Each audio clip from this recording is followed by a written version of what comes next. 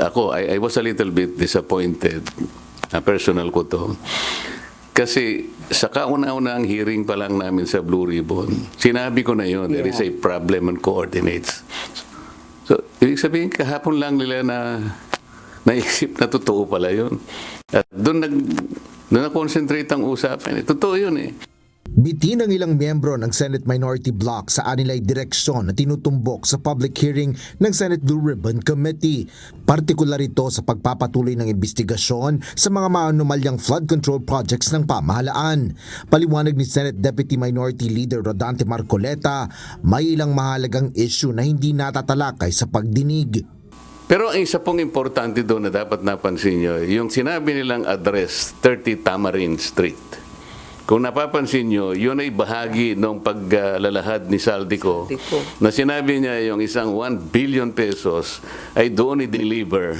Kasi yun ang drop-off point na sabi niya ni Martin Romualdez sa akin, diyan mo dalhin. So, Tamarind. Ang gusto ko sana dapat mayroong mga tanong pa doon eh.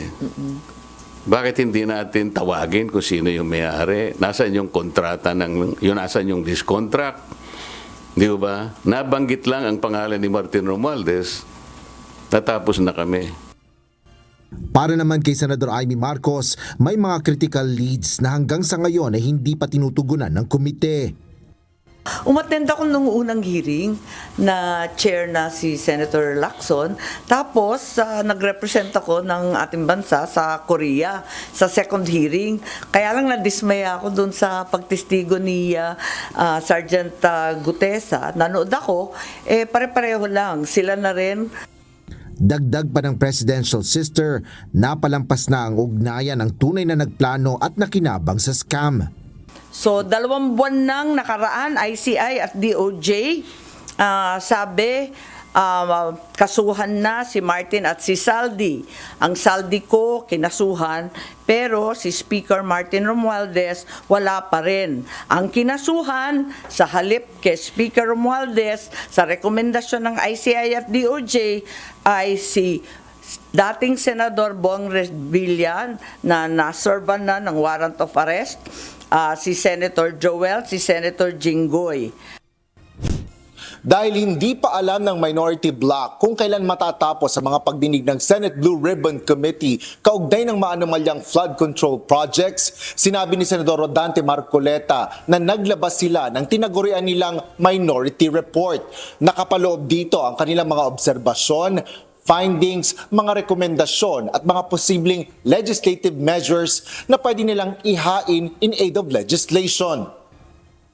So, ang mga tao nagtataka, ano na naman ito? Wala na bang ito?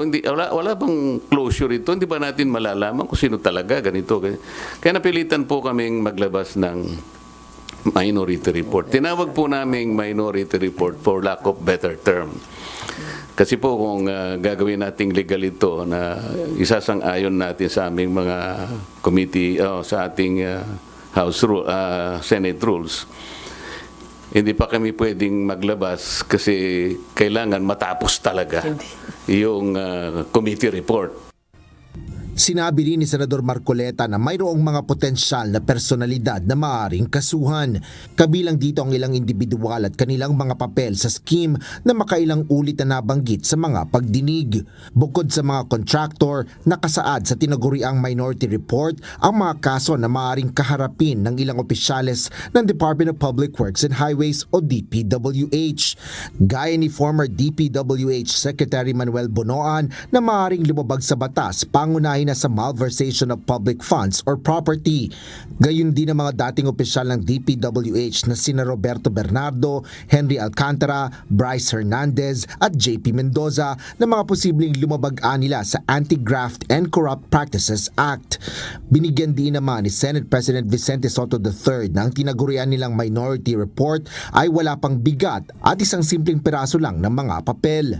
Unless it is an official report already in the Bills and Index at sinabit na, at itinake up namin in plenary, then may weight na yan. Kahit ano pang laman yan, may weight na yan. Pero at the moment, it's a media report.